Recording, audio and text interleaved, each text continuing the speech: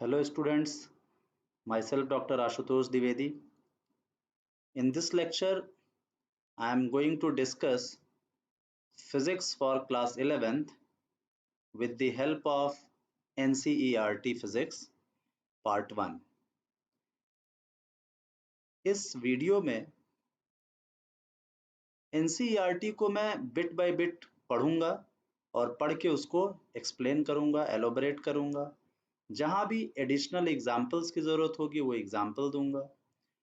Basically ये video इस बात पे फोकस करेगा कि आप NCERT को पढ़ के और ठीक से समझ पाए, क्योंकि NCERT में बिटवीन द लाइंस बहुत सारे कॉन्सेप्ट्स छुपे होते हैं जो अक्सर स्टूडेंट्स एक्सप्लोर नहीं कर पाते हैं। तो ऐसे स्टूडेंट्स को काफ़ी हेल्प करेगा ये वीडियो। तो चलिए हम शुरू करते हैं। सबसे पहले हम कंटेंट्स को देखते हैं। तो पहला चैप्टर है फिजिकल वर्ल्ड।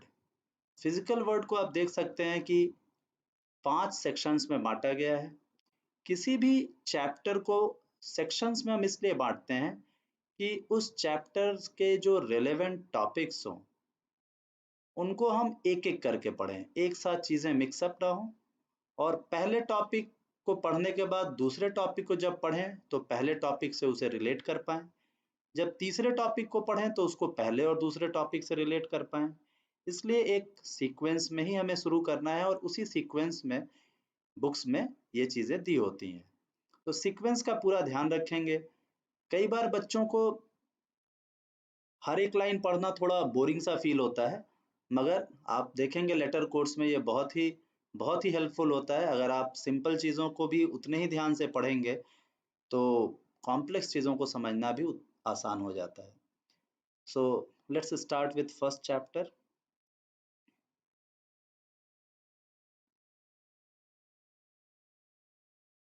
ये पूरा कंटेंट है, यहाँ ख़त्म होता है।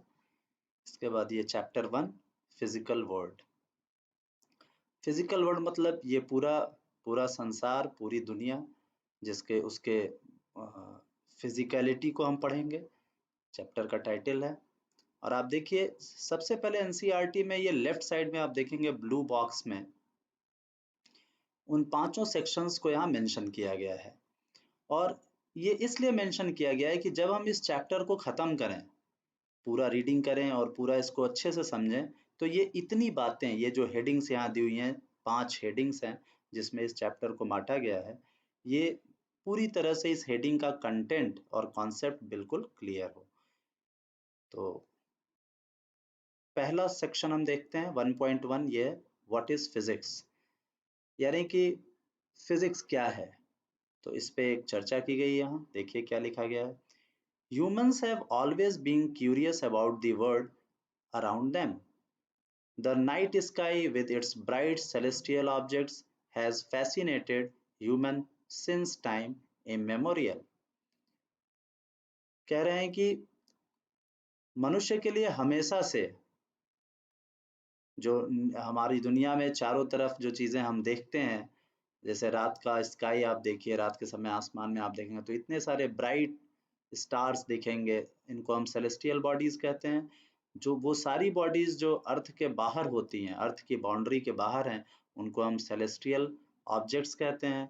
और जो ऑब्जेक्ट्स अर्थ की बाउंड्री के अंदर होते हैं उन्हें हम टेरेस्ट्रियल ऑब्जेक्ट कहते हैं। तो ये एक टर्म यहाँ इंपॉर्टेंट है, सेलेस्टियल ऑब्जेक्ट्स। तो ये सारी चीजें हमेशा से मनुष्य को आकर्षित करती रही हैं।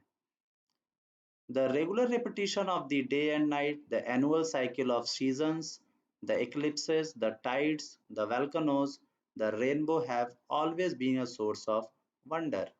ये इतनी चीज़ों को यहाँ एग्जाम्प्लीफाई किया गया है, इसी बात को कि दिन और रात कैसे होते हैं, दिन के बाद रात, फिर रात के बाद दिन। एनुअल साइकिल ऑफ सीजन्स, जो मौसम है वो पूरे साल में बार बार बदलते हैं, हर साल वही मौसम रिपीट करके आते हैं। चंद्र ग्रहण और सूर्य ग्रहण लगते हैं, जो समुद्र में ऊंची ऊंची लहरें उठती हैं, ज्वालामुखी का फटना, रेनबो का बनना, ये सारी चीजें हमारे लिए हमेशा से आश्चर्य का कारण रही हैं। The world has an astonishing variety of materials and a bewildering diversity of life and behavior. इस पूरी दुनिया में आप देख सकते हैं तमाम विचित्र तरह की चीजें जो एक दूसरे से बिल्कुल भिन्न है, और सिर्फ वो मटेरियल्स ही नहीं बल्कि diversity of life and behaviour. आपको तरह तरह का लाइफ दिखेगा, बिल्कुल डाइवर्स, भिन्न भिन्न प्रकार का, एक दूसरे में बहुत अंतर होगा। कई तरह के लिविंग ऑर्गेनिजम्स दिखेंगे, उनका बिहेवियर भी बिल्कुल अलग दिखेगा। ये भी हमारे लिए काफी आश्चर्य का विषय रहा है। The inquiry and imaginative human mind has responded to the word wonder and awe of nature in different ways. अब ये जितने भी आश्चर्यजनक चीजें हैं, इसने हमेशा ह्यूमन माइंड को, एक मनुष्य के मस्तिष्क को हमेशा ही इमेजिन करने और खोजने के लिए कि इसका कारण क्या है। इस तरह की जो आश्चर्यजनक चीजें हम देखते हैं दुनिया में, इसके पीछे क्या कारण है, इसकी हम कल्पना करते आए हैं कि ऐसा क्यों है, और फिर हमने उसकी खोज भी की कि उसके पीछे क्या कारण है। One kind of response from the earliest times has been to observe the physical environment carefully, look for any meaningful patterns and relations in natural phenomena, and build and use new tools to interact with nature. अब देखिए, एक खास तरीके से मनुष्य respond किया, यानी कि जितनी भी आश्चर्यजनक चीजें हम लोगों ने देखी, उन्हें देखने के बाद, बहुत ध्यान से ऑब्जर्व करने के बाद, देखिए ऑब्जर्व, फिजिकल एनवायरनमेंट को बहुत ध्यान से देखा, और उसके अंदर उन सभी फेनोमेनास को जो हमने ऑब्जर्व किया, उसको मीनिंगफुली उसमें एक पैटर्न ढूंढने की कोशिश की। जैसे कि बार बार मौसम, एक ही तरह का मौसम हर साल क्यों आता है, ये पैटर्न ऐसा क्या है, इसके पीछे क्या मीनिंग हो सकती है, और एक दूसरे से कई नेचुरल फेनोमेना कैसे जुड़े हुए हैं, क्योंकि हर नेचुरल फेनोमेना आपस में किसी न किसी तरह जुड़ा होता है। उनके बीच के रिलेशन को खोजने की कोशिश की हमने। और उसके बाद जब कुछ खोज हमने की, तो उससे हमने कुछ टूल्स बनाए ताकि हम नेचर के साथ इंटरेक्ट कर सकें, कि अगर नेचर के लॉज पता होंगे, हमें फेनोमेनास कैसे होते हैं पता चल जाए, तो उसके कॉज को हम गवर्न कर सकते हैं, कॉज को चेंज करके इफेक्ट्स को गवर्न कर सकते हैं। तो हमने साइंस डेवलप किया, साइंस और टेक्नोलॉजी डेवलप किया, और नए नए टूल्स डेवलप किए नेचर से इंटरेक्ट करने के लिए। This human endeavour led in course of time to modern science and technology, यही बात आगे लिखी हुई है। The word science originates from the Latin verb scientia, meaning to know. Science शब्द का लैटिन मीनिंग क्या है? To know, जानना। The Sanskrit word विज्ञान and the Arabic word ilm convey similar meaning, namely knowledge. Sanskrit में हम इसे विज्ञान कहते हैं, और अरेबिक में हम इसे इल्म कहते हैं, और सेम मीनिंग होती है knowledge. Science is in a broad sense is as old as human species. Science उतना ही पुरातन है और पुराना है, ब्रॉड सेंस में देखें तो, जितना कि ह्यूमन स्पीसीज है। The early civilizations of Egypt, India, China, Greece, Mesopotamia, and many others made vital contributions to its progress. Science की प्रगति में, उन्नति में, इसके प्रोग्रेस में बहुत सारी संस्कृतियों का, सिविलाइजेशंस का, सभ्यताओं का योगदान रहा है, जैसे इजिप्ट, इंडिया, चाइना, ग्रीस और मेसोपोटामिया। ये बहुत सिंपल और हिस्टोरिकल चीजें, इंट्रोडक्शन में इसी तरह की चीजें मिलेंगी, तो इसे भी ध्यान से पढ़ना है, क्योंकि हर लाइन आप देखिए, ये जो भी डिस्कशन मैं कर रहा हूँ, इसके पीछे एक ही ऑब्जेक्टिव है कि आपको एनसीईआरटी से एक एक लाइन, हर चीज आनी चाहिए, क्योंकि कॉम्पिटिटिव एग्जाम्स में कभी भी कहीं से भी पूछ सकते हैं। तो आप अपना बिल्कुल ये टारगेट रखिए कि आपको हर लाइन ठीक से समझ में आए। ठीक है, आगे देखते हैं। From the 16th century onward, great strides were made in science in Europe.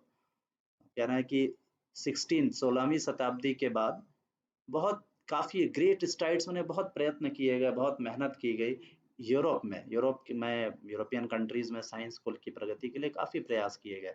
By the middle of the 20th century, science had become a truly international enterprise.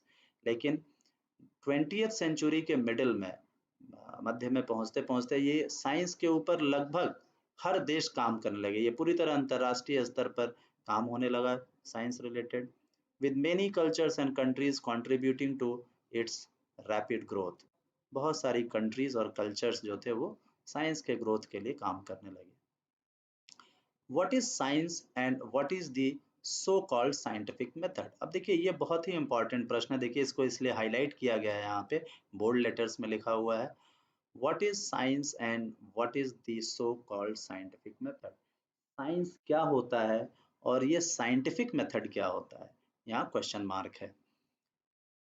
Science is a systematic attempt to understand natural phenomena in as much detail and depth as possible, and use the knowledge so gained to predict, modify, and control phenomena। देखिए बिल्कुल एक line में स्पष्ट बताया गया है science क्या है। तो साइंस एक सिस्टमेटिक अटेम्प्ट है, ध्यान दीजिएगा, बहुत व्यवस्थित तरीके से काम को करना है, सिस्टमेटिक अटेम्प्ट यानी प्रयत्न है नेचुरल फेनोमेनास को समझने के लिए in as much detail and depth as possible, जितनी गहराई में और जितने विस्तार से आप जान सकें, जानने का प्रयत्न करेंगे। And use the knowledge so gained, और इससे जो भी नॉलेज गेन होगा, जब आप गहराई में जानने का प्रयत्न करेंगे व्यवस्थित तरीके से, तो कुछ नॉलेज गेन करेंगे कि कोई भी फेनोमेना ऐसा क्यों हो रहा है। जो नॉलेज आप गेन करेंगे उस नॉलेज को यूज करके अब आप प्रिडिक्ट कर सकते हैं, ये पूर्वानुमान लगा सकते हैं कि आगे अब नेचर में क्या फेनोमेना होगा, कुछ खास तरह की सिचुएशंस बनेंगी तो क्या हो सकता है, क्योंकि आपने उस सिचुएशन से कुछ नॉलेज गेन की है पीछे स्टडी करके। आप मॉडिफाई कर सकते हैं अब सिचुएशंस को और पूरे फेनोमेना को कंट्रोल कर सकते हैं। साइंस जैसे अब आज के डेट में आप देखें आर्टिफिशियल रेन हम कराते हैं, तो जरूर हमने पहले पता किया होगा कि रेन कैसे होता है, नेचुरली ये नेचुरल फेनोमेना जो रेनिंग का है वो कैसे होता है। जब हमने इस पे स्टडी किया, नॉलेज गेन किया, तो अब हम रेन आर्टिफिशियली करवा सकते हैं, इस तरह की चीजें। ये इसका एक एग्जांपल है। Science is exploring, experimenting and predicting from what we see around us. देखिए साइंस के लिए कह रहे हैं कि हम एक्सप्लोर करते हैं, अपने अगल बगल क्या हो रहा है उसकी जानकारी इकट्ठा करते हैं। एक्सप्लोर करना माने वो चीजें जो प्रायः हमें दिखती नहीं है, लेकिन इन डेप्थ जब हम प्रयास करते हैं तो हमें पीछे की चीजें दिखती हैं, उसको एक्सप्लोरेशन कहते हैं, छुपी हुई चीजों को ढूंढना। एक्सपेरिमेंटिंग, एक्सपेरिमेंट करना, and predicting from what we see around us. Experiments करते हैं हम, कुछ एक्सपेरिमेंट करना यानी कि किसी फेनोमेना को कंट्रोल्ड कंडीशन में, कंडीशंस को कंट्रोल करने करके हम कुछ नेचुरल फेनोमेनास को ऑकर कराते हैं, और जब वो ऑकर होता है तो उससे कुछ हम कंक्लूड करते हैं, कुछ ऑब्जर्व करते हैं, कंक्लूड करते हैं, और उस बेसिस पे हम प्रेडिक्ट करते हैं कि आगे क्या हो सकता है। The curiosity to learn about the world, unraveling the secrets of nature, is the first step towards the discovery of science। देखिए क्या कह रहे हैं कि साइंस की डिस्कवरी के पीछे क्या है कि जानने की क्यूरियोसिटी होनी चाहिए, सीखने और जानने की क्यूरियोसिटी होनी चाहिए, उत्सुकता होनी चाहिए। नेचर के जो रहस्य हैं, जो प्रकृति के रहस्य हैं, उनको जानने की भी उत्सुकता होनी चाहिए। इसी को, इन चीजों को डिस्कवर करना ही साइंस है, जैसा कि यहाँ लिखा है। The scientific method involves several interconnected steps. अब देखिए साइंटिफिक मेथड, जो कि ये ऊपर भी क्वेश्चन मार्क जहां लगा था, आप देखिए साइंटिफिक मेथड कहा है। साइंस यहाँ तक बताया गया, साइंस क्या है, इसको आप एक बार फिर से सुनेंगे तो आपको फिर से क्लियर होगा साइंस क्या है। और अब साइंटिफिक मेथड क्या है, क्वेश्चन का अगला पार्ट जो फर्स्ट लाइन में इस पैराग्राफ के लिखा था। The scientific method involves several interconnected steps। तो जो साइंटिफिक मेथड होता है उसमें कई स्टेप्स को इंटरकनेक्ट करके ये मेथड कंप्लीट होता है। क्या प्रक्रिया है, क्या तरीका है साइंटिफिक मेथड में, क्या स्टेप्स हम अडॉप्ट करते हैं, फॉलो करते हैं, ये आगे देखिए। पहला स्टेप देखिए इसका है सिस्टमेटिक ऑब्जर्वेशन। किसी भी चीज को ध्यान से और व्यवस्थित तरीके से देखना, एक प्रॉपर तरीके से, सिस्टमेटिक मतलब आप एक सिस्टम फॉलो करेंगे और ऑब्जर्व करेंगे। सबसे पहले हम कुछ ऑब्जर्व करते हैं, हमें कुछ दिखता है, फिर उसके बाद हम क्या करते हैं, उस ऑब्जर्वेशन के बाद हम कंट्रोल्ड एक्सपेरिमेंट्स करते हैं। जो भी हमने ऑब्जर्व किया उसको हम कंट्रोल्ड कंडीशंस में उसी उसी फेनोमेना को हम फिर से कराते हैं। जनरली ये काम लेबोरेटरीज में करते हैं हम। फिर क्वालिटेटिव एंड क्वांटिटेटिव रीजनिंग करते हैं। इसके बाद हम देखिए क्वालिटेटिव और क्वांटिटेटिव, ये दो बहुत इंपॉर्टेंट टर्म्स हैं। क्वालिटेटिव रीजनिंग का मतलब है कि जो भी फेनोमेना है वो कैसा है, कंस्ट्रक्टिव है, डिस्ट्रक्टिव है, क्या है, किस तरह का वो है, उसकी क्वालिटी का स्टडी करते हैं। एंड क्वांटिटेटिव, और कितनी मात्रा में है, तो वो क्वांटिटेटिव, क्वांटिफिकेशन बोलते हैं इसको, ठीक है। रीजनिंग करते हैं, दो तरीके से हम रीजनिंग करते हैं। यानी कि जो फेनोमेना है, इसको समझिए ध्यान से, जो फेनोमेना है वो कैसा है और किस मात्रा में है, इसके ऊपर हम रीजंस डेवलप करते हैं। इसकी रीजन, इसके पीछे के कारण को हम ढूंढते हैं ऑब्जर्वेशन के बाद। फिर से आप देखिए, पहला स्टेप क्या है, सिस्टमेटिकली ऑब्जर्व किया किसी फेनोमेना को, फिर कंट्रोल कंडीशन में उस फेनोमेना को रीअकर कराया, फिर से कराया, फिर कराने के बाद देखा कि जब कई बार आप एक्सपेरिमेंट करेंगे कंट्रोल्ड कंडीशंस में, तो आप देखेंगे कि कैसा है वो फेनोमेना, उसकी क्वालिटी कैसी है, और क्या एक्सटेंट है, उसका क्वांटिटी कैसी है। इन दोनों पे आप रीजंस ढूंढेंगे इसके, ये अगला स्टेप है। फिर अगला स्टेप है मैथमेटिकल मॉडलिंग का। मैथमेटिकल मॉडलिंग में अब हम क्या करते हैं, देखिए यहाँ पे ये बताना बहुत जरूरी कि मैथमेटिक्स क्या है। मैथमेटिकल मॉडलिंग जब आप कहते हैं तो इसका मतलब क्या है, क्योंकि ये देखिए, ये जो स्टेप्स यहाँ बताए गए हैं, ये हायर स्टडी में आप किसी भी लेवल पे जाएंगे, यही स्टेप्स फॉलो करेंगे साइंटिफिक स्टडी में। जब आप रीजनिंग कर लेते हैं क्वालिटेटिव और क्वांटिटेटिव, तो बेसिकली आपको पता चल चुका है कि जो आपने ऑब्जर्व किया बार बार एक्सपेरिमेंट करके, उसके उसके पीछे कारण क्या है।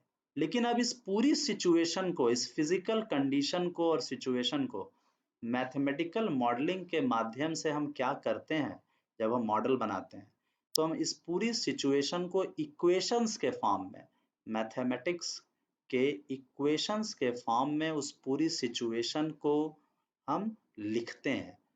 जो जो इंग्लिश लैंग्वेज का यूज नहीं करते हैं, हम मैथमेटिक्स का यूज करते हैं, क्योंकि मैथमेटिकल लैंग्वेज ज्यादा सुटेबल होती है किसी भी फिजिकल कंडीशन को एक्सप्रेस करने के लिए। अगर आप, इसके एग्जांपल्स आगे मिलेंगे, अगर आप प्रेशर, वॉल्यूम, टेम्परेचर का रिलेशन लिखते हैं, तो आप मैथमेटिकल इक्वेशन के बारे में के ही मदद से लिखते हैं, PV is equal to nRT, gas law अगर आप लिखते हैं, तो यहाँ पे ये एक इक्वेशन है, मैथमेटिकल इक्वेशन का प्रयोग कर रहे हैं आप। यहाँ पे प्रेशर क्या है, एक फिजिकल क्वांटिटी है। तो इस तरह अब आगे इस पे और चर्चा होगी, ठीक है। तो यहाँ पे देखते हैं मैथमेटिकल मॉडलिंग का मतलब क्या है, जो भी आपने रीजंस ढूंढे, जो भी ऑब्जर्वेशन मिला, उसको मैथमेटिकल इक्वेशंस के फॉर्म में लिखना। फिर प्रेडिक्शन एंड वेरिफिकेशन, ये अगला स्टेप है। अब जो मॉडल आपने मैथमेटिकली बनाया, उस पे अब आप प्रेडिक्ट करते हैं, फिर से अगर उस एक्सपेरिमेंट को कराया जाए तो क्या रिजल्ट्स मिलेंगे, क्या ऑब्जर्वेशंस मिलेंगे, इसका प्रिडिक्शन करते हैं, इसका आप पूर्वानुमान लगाते हैं। और लगाने के बाद फिर उसको वेरीफाई करते हैं कि जो आपने अनुमान लगाया वो सही था या गलत था। तो वेरिफिकेशन और फॉल्सिफिकेशन ऑफ थियरी भी कहते हैं इसको। ये यहाँ पे स्टेप्स खत्म होते हैं सारे। अगर आपके वेरिफिकेशन में वही प्रेडिक्शन आया जो रीजन आपने ढूंढा था, तो वो थियरी एक्सेप्ट हो जाती है, और नहीं तो फिर रिजेक्ट हो जाती है। Speculation and conjecture also have a place in science, but ultimately a scientific theory to be accepted must be verified by relevant observations or experiments। देखिए यही बात आगे लिखी हुई है कि वो वेरीफाई होना चाहिए रेलेवेंट ऑब्जर्वेशंस और एक्सपेरिमेंटेशन से, और रिपीटेडली ये कई बार होना चाहिए। इसको हम एम्पिरिसिज्म भी कहते हैं। There is much philosophical debate about the nature and method of science that we need not discuss here। अब इसके डिटेल डिस्कशन में हम नहीं जाएंगे, क्योंकि बहुत सारे फिलोसॉफिकल डिबेट्स हैं, इसके बहुत से पक्ष हैं, उस पर चर्चा यहाँ नहीं होगी। The in the interplay of theory and observation or experiment is basic to the progress of science। देखिए, क्या इंटरप्ले मतलब परस्पर दो चीजें एक दूसरे से जहां प्ले कर रही हो, मिलती जुलती हो। Interplay of theory and observation और experiment is basic to progress of science. कह रहे हैं साइंस के मूल में क्या है, साइंस के प्रोग्रेस के मूल में क्या है, साइंस कैसे प्रगति करता है। जब आप कोई थियरी जो पहले से बताई जा चुकी है और आप कोई एक नया ऑब्जर्वेशन देखते हैं, तो उस थियरी और ऑब्जर्वेशन में अगर कहीं भी कोई कॉन्ट्रडिक्शन होता है, तो पीछे के नॉलेज को अब डिस्कार्ड कर दिया जाता है और साइंस आगे को प्रोग्रेस कर जाता है, कुछ नए डेवलपमेंट्स होते हैं, कुछ नई थियरीज डेवलप होती हैं, इसी को यहाँ प्रोग्रेस ऑफ साइंस कहा जा रहा है। तो साइंस कैसे प्रोग्रेस करता है? जब थियरी और ऑब्जर्वेशंस एक दूसरे के साथ हमेशा खेलते हो, इंटरप्ले करते हो और कुछ नई चीजें हमेशा ऑब्जर्वेशन में आती जाएं, तो साइंस प्रोग्रेस करता है। जैसे कि आप एग्जाम्पल देखेंगे, जॉन डाल्टन ने एटम के बारे में जो कुछ भी कहा, साइंस प्रोग्रेस किया तो वो सब कुछ गलत साबित हो गया। फिर उसके बाद और लोगों ने, रदरफोर्ड ने जो कहा वो बाद में गलत हो गया, साइंस प्रोग्रेस किया, क्वांटम मैकेनिकल मॉडल तक आप पहुंचते हैं। सही, यही एक सिम देखिए, आप एनसीईआरटी की ब्यूटी यहाँ देख सकते हैं। इस एक लाइन के पीछे कई एग्जांपल्स दिए जा सकते हैं और इस लाइन को समझना बहुत जरूरी है। सो आगे लिखा है इसीलिए, science is ever dynamic, science हमेशा मूव करता रहता है, हमेशा इसमें कुछ नए परिवर्तन आते रहते हैं। There is no final theory in science and no unquestioned authority among scientists. Scientist में, साइंस में कोई भी फाइनल थियरी नहीं होती है और कोई भी ऐसी अथॉरिटी नहीं होती है जिसके ऊपर प्रश्न चिन्ह ना लगाया जा सके। As observations improve in detail and precision, or experiments yield new results, theories must account for them, if necessary, by introducing modifications. यही बात आगे कही गई कि अगर कोई ऑब्जर्वेशन आता है तो पिछली थियरी अगर उसे एक्सप्लेन नहीं कर पाती है तो उस थियरी को मॉडिफाई करना पड़ेगा। Sometimes the modifications may not be drastic and may lie within the framework of existing theory. कई बार मॉडिफिकेशंस बहुत थोड़े से होते हैं। For example when Johannes Kepler, अब देखिए यहाँ एग्जाम्पल्स दिए हुए हैं, तो यहाँ से हम लोग अगले वीडियो में एग्जाम्पल से आगे बढ़ेंगे। इस वीडियो को यहीं ख़त्म करते हैं। Thank you, see you in the next video.